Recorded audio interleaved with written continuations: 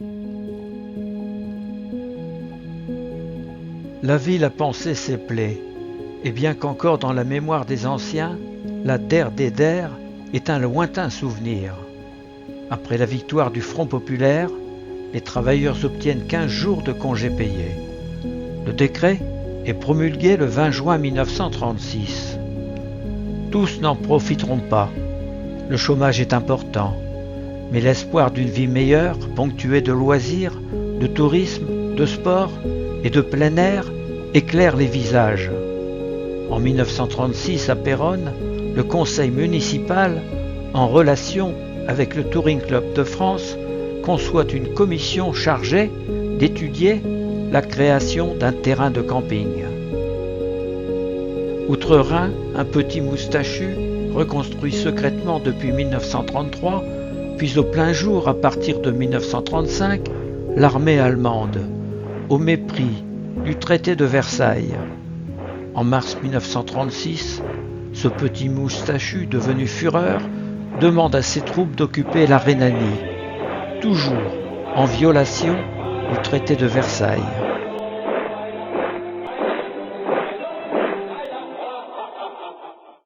En 1937, les plaies de la dernière guerre sont à peine refermées et déjà l'Europe sent la poudre.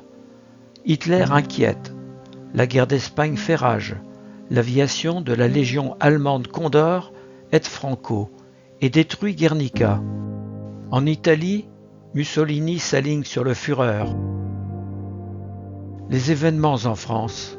Le 13 février, confronté à de graves problèmes économiques, Léon Blum annonce une pause dans les réformes. Le 12 mars, l'État lance un emprunt pour la défense nationale. Le 24 mai, inauguration de l'exposition universelle de Paris. Le 21 juin, Léon Blum demande les pleins pouvoirs financiers face à la résurgence de l'activisme d'extrême droite. Il démissionne devant le refus du Sénat. Le 30 juin, dévaluation du franc français. Le 31 août, signature du décret de nationalisation des sociétés de chemin de fer et création de la SNCF. Le 12 novembre, inauguration de l'aéroport du Bourget par le président Albert Lebrun. En 1937, l'inflation en France se monte à 26%. À Paris, le 4 mai, c'est l'inauguration de l'Exposition internationale des arts et techniques de la vie moderne, plus communément appelée Exposition internationale de Paris de 1937. La statue en acier de 25 mètres de haut, l'ouvrier et la colcosienne, qui orne le pavillon de l'URSS, fait face à l'aigle juché sur le svastika du pavillon de l'Allemagne nazie. Les tensions entre le patronat et le Front populaire retardent les travaux d'édification des pavillons. Les 3-8 ne sont pas appliqués. Les heures supplémentaires, ou même les 40 heures, sont des concepts qui sont encore inconnus. Cette rencontre internationale organisée par Paris restera dans les mémoires comme le grand ring où vont s'affronter les idéologies fascistes, communistes et pacifistes. Les inquiétudes internationales sont encore peu ressenties à Péronne, où le nombre important d'ouvriers sans emploi préoccupe nos édiles locaux. Depuis plusieurs années déjà, la municipalité institue régulièrement des chantiers de chômage qui consistent surtout à l'évacuation et au nivellement des vestiges du démantèlement. Se pose aussi la question récurrente de la rémunération de ces ouvriers. Doivent-ils être payés chaque jour, chaque semaine ou à la fin du chantier? Dans tous les cas, il sera formellement interdit aux débitants de vendre à boire sur les lieux de travail. D'autre part, il est bien entendu qu'on n'embauchera pas d'ouvriers ayant quitté volontairement leur entreprise pour venir au chantier communal, puisque ce chantier n'est ouvert que pour venir en aide aux ouvriers débauchés par manque de travail. Dès 1937, selon l'ouvrage de Guy Savary, Péronne, la vie municipale, entre les deux guerres mondiales et sous l'occupation 40-44, auquel de nombreuses sources documentaires sont puisées pour cette présentation, des crédits sont déjà affectés à la ville pour l'organisation locale de la défense passive. Pour satisfaire aux instructions, les premiers crédits sont affectés à la réalisation d'une commande centralisée de l'extinction ou de l'allumage de l'éclairage public. Les 5 secteurs électriques sont dorénavant commandés de la mairie.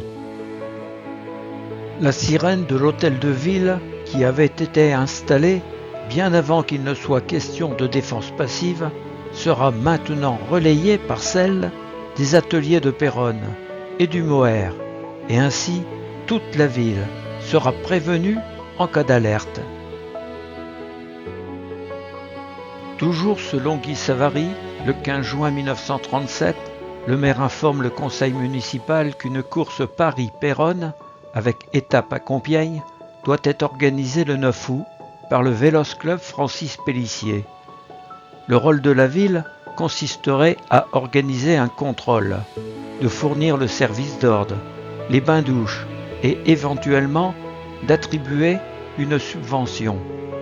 D'accord sur le principe, le conseil municipal alloue une subvention de 300 francs. Finalement, pour des raisons restées inconnues, cette course n'aura pas lieu. Inauguré en 1927, le groupe scolaire Béranger présente déjà des fissures importantes dans les murs, poutres, trottoirs et dallages du préau de l'école des garçons. Après un procès gagné par la ville, les malfaçons sont corrigées aux frais de l'entrepreneur et de l'architecte qui avaient réalisé la construction. Depuis son édification en 1930, les habitants du quartier de l'Hôpital se plaignent des odeurs nauséabondes dégagées par sa fosse septique. L'architecte et l'entrepreneur sont mis en demeure de mettre fin à ces désordres et à indemniser les habitants de la rue des Parfums, ce qui fut fait. Brève de 1938. France et Monde. 12 mars. Anschluss. Annexion de l'Autriche par l'Allemagne. 13 mars. Léon Blum, revenu, forme un nouveau gouvernement et démissionne quelques jours plus tard devant le refus du Sénat de lui accorder les pleins pouvoirs financiers. 12 avril. Édouard Daladier forme un nouveau gouvernement sans la participation de la SFIO. 21 août. Édouard Daladier, il faut remettre la France au travail. 29 et 30 septembre. Accord de Munich. Daladier et Chamberlain, Premier ministre britannique, sont accueillis triomphalement comme sauveurs de la paix à leur retour de Munich. 4 octobre. Édouard Daladier rompt avec les communistes, fin du Front populaire. Novembre. Mussolini revendique la Corse, la Savoie et Nice, et Hitler une partie des colonies françaises. 6 décembre 1938. Le gouvernement français signe un accord avec Ribbentrop, ministre des Affaires étrangères du Reich, au terme duquel les parties s'engagent à se concerter mutuellement sur les questions intéressant les deux pays en cas de difficultés internationales et considèrent leurs frontières comme définitives.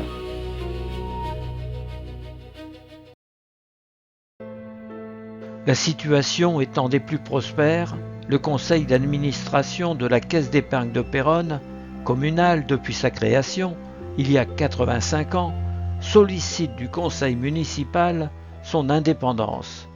En 1938, son autonomie et ses nouveaux statuts sont votés.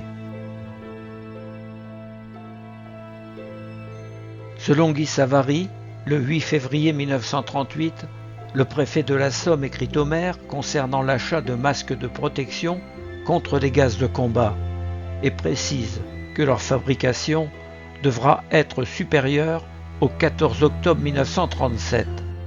Environ 4000 masques à gaz sont prévus pour la ville et ne seront distribués qu'en cas de nécessité. On procède à la visite des caves de particuliers afin de reconnaître celles qui seront susceptibles à servir d'abri. Par précaution, la ville fait aménager les souterrains du château. D'autres abris sont à prévoir, notamment à la Porte de Bretagne et au Faubourg de Paris. Des aménagements, ventilation et sorties de secours sont réalisés pour le personnel de l'hôtel de ville dans les caves du bâtiment. Une première manœuvre de défense passive est effectuée dès le mois d'août 1938. Un avion survole la ville de nuit pour s'assurer de la parfaite extinction des lumières. La Société hippique de Péronne a donné le 26 mai 1938 sa réunion annuelle. Sous les notes bleues et rouges des fanions aux couleurs de la Société, les applaudissements chaleureux ont salué les fort beaux parcours exécutés à vive allure par nos officiers, gentlemen ou amazones, tandis que sonnaient les trompes du rallye étoile de Paris.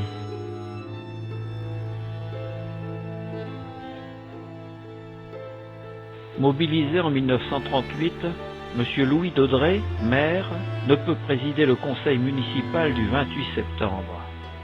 Le docteur Boinet, deuxième adjoint, le supplée.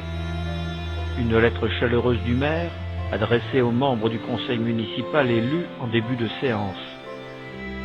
Le docteur Boinet, prenant la parole, remerciera le maire de sa touchante attention et rappellera l'union qui existe entre les conseillers et les services de la ville. Lors de cette assemblée, le conseil municipal vote à l'unanimité une motion de confiance à M. Édouard Daladier, président du Conseil des ministres, qui part demain à Munich pour des négociations difficiles et la transmet au gouvernement. M. Daladier répondra par courrier le 17 octobre au maire de Péronne, ainsi qu'à son conseil municipal, pour le remercier de cette confiante approbation de l'Assemblée élue.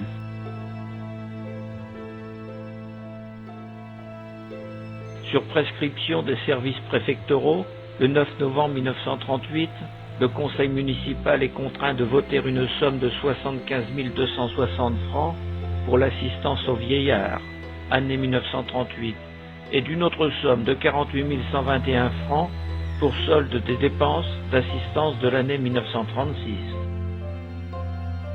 Ces dépenses non prévues et obligatoires contraignent le conseil municipal à voter l'augmentation des taxes sur les propriétés bâties, non bâties, et sur les valeurs locatives des locaux professionnels.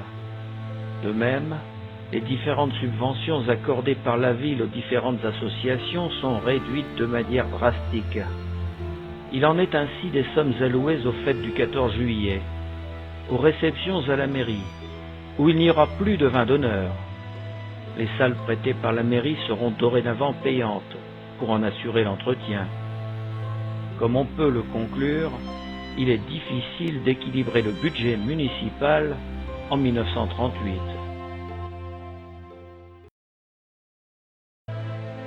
Sur l'aérodrome de Montjean-Chaussée, appartenant à l'armée, les escadrilles militaires y stationnent de plus en plus souvent.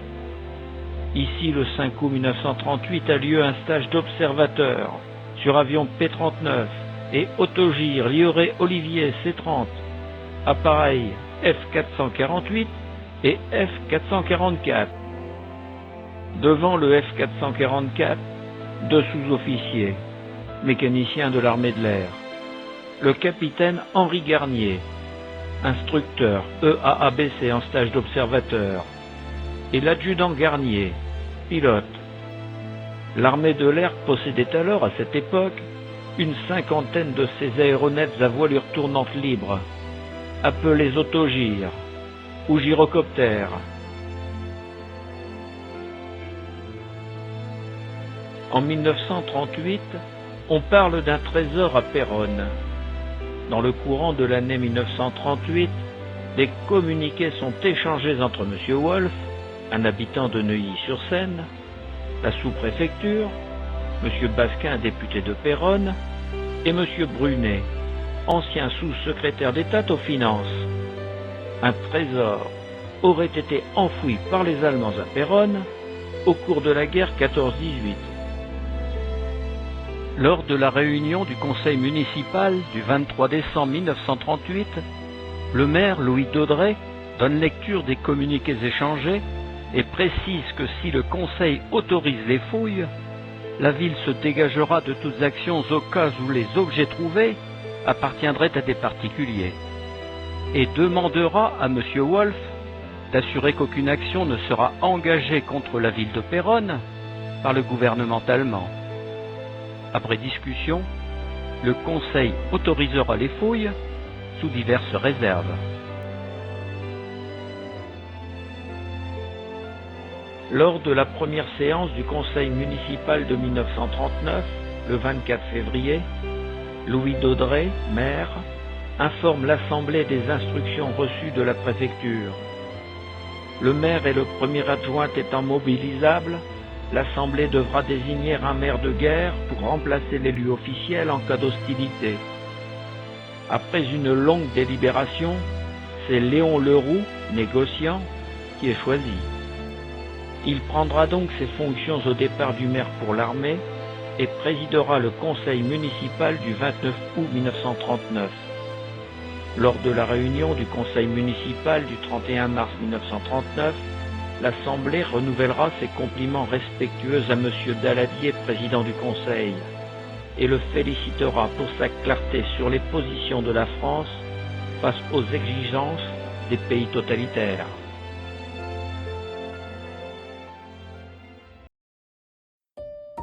« 1939. Brève de début d'année. Mars.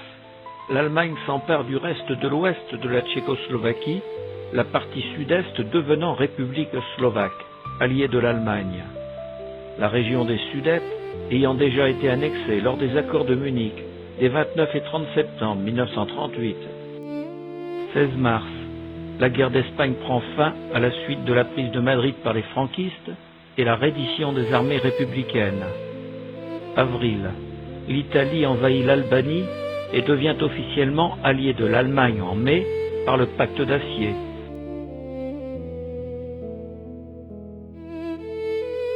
Le 25 juin, 243 réfugiés espagnols victimes du franquisme, dont une centaine de moins de 16 ans, débarquent à la gare de la Chapelette.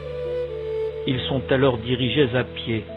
Le chemin n'est pas bien long, vers des baraquements spécialement construits pour eux. Un camion de la ville transportant leurs maigres effets. La plupart repartira après quelques mois. Quelques-uns sont restés, intégrés à la population et vivant du travail des champs. Mais avant d'arriver à Péronne, combien de kilomètres à pied ont-ils parcouru? Combien de camps de transit ont ponctué leur errance? L'étape précédente des malheureux de Péronne était Cailleux-sur-Mer, où ils avaient été hébergés provisoirement dans les locaux d'une colonie de vacances.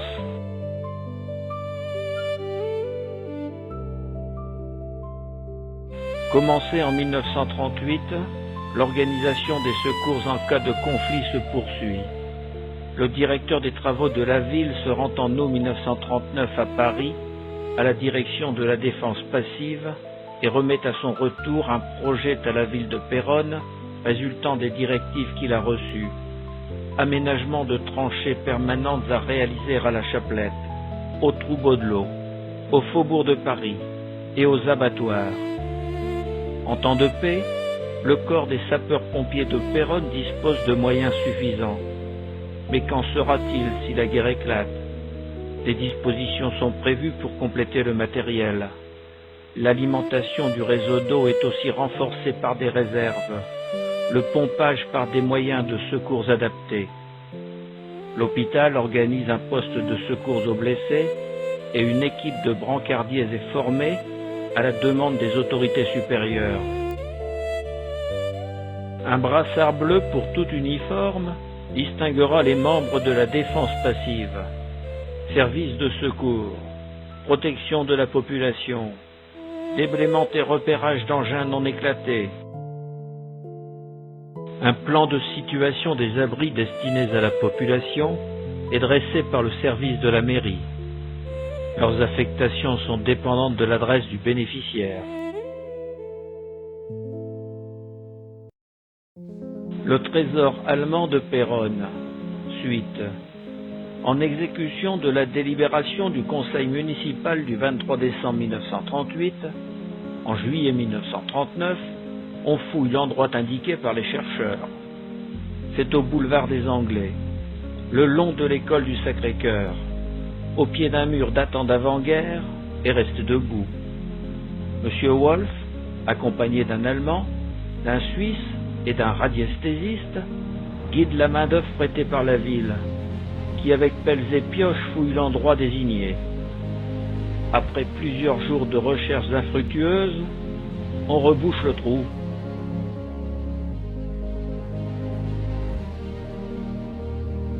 À Péronne, en 1938, on envisage la construction d'une salle des fêtes. Nombreuses sont les associations locales qui la réclament. Une bonne affaire se présente d'elle-même.